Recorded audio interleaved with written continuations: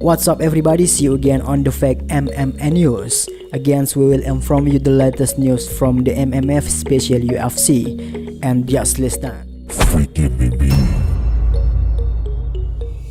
Was Pereira robbed in favor of Ankalaev? A closer look at the controversial decision. The UFC 313 main event between Magomed Ankalaev and Alex Pereira was supposed to be a showdown for the ages. A dominant champion in Pereira facing a long overdue contender in Ankalaev, both fighters had the world watching.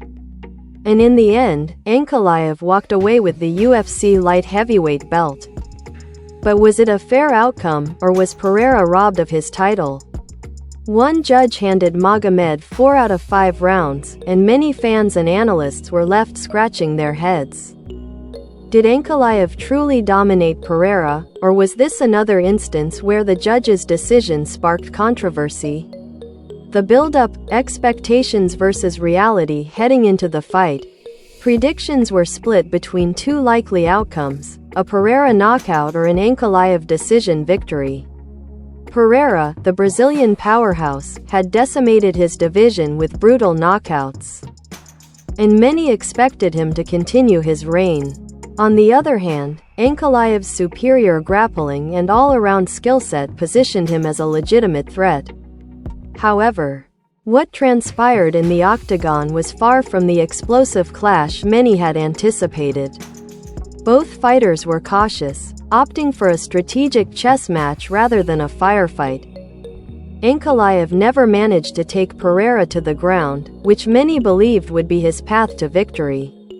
Still, he controlled the fight, and when it went to the scorecards, the judges favored the Russian.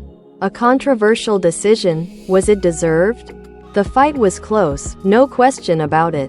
Ankalaev controlled the pace, forcing Pereira to retreat for much of the contest. But there were moments when it felt like Pereira was the more dangerous fighter. The first round belonged to Pereira, who outclassed Ankalaev from range, landing cleaner strikes and dictating the tempo. It was the only round all 3 judges awarded to Pereira. Then came the second round, where Ankalaev shifted gears, pushing the pace and landing a barrage of strikes that had Pereira on the back foot. The Russian nearly finished the fight but was saved by the bell. The rest of the fight saw Ankalaev impose his will through clinch work, control, and sheer pressure, while Pereira remained defensive, largely relying on leg kicks. So, was this enough to declare Ankalaev the winner? The numbers game. Did Pereira do enough? Statistically, the fight favored Ankalaev. He outstruck Pereira 127-97 overall, including 94-76 in significant strikes.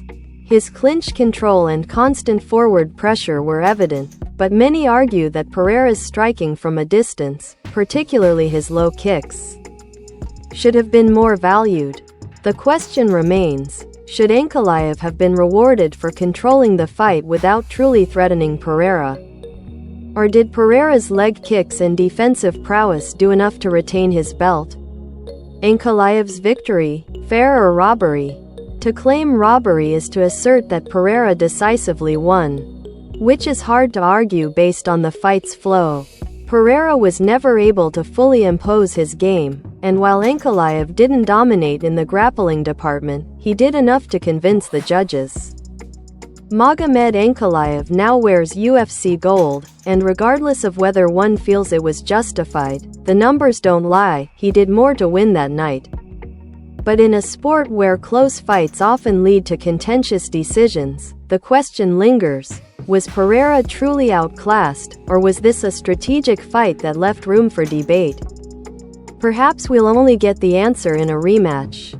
Until then, UFC fans will continue to debate whether this was a case of fair play or another controversial call in the history of MMA.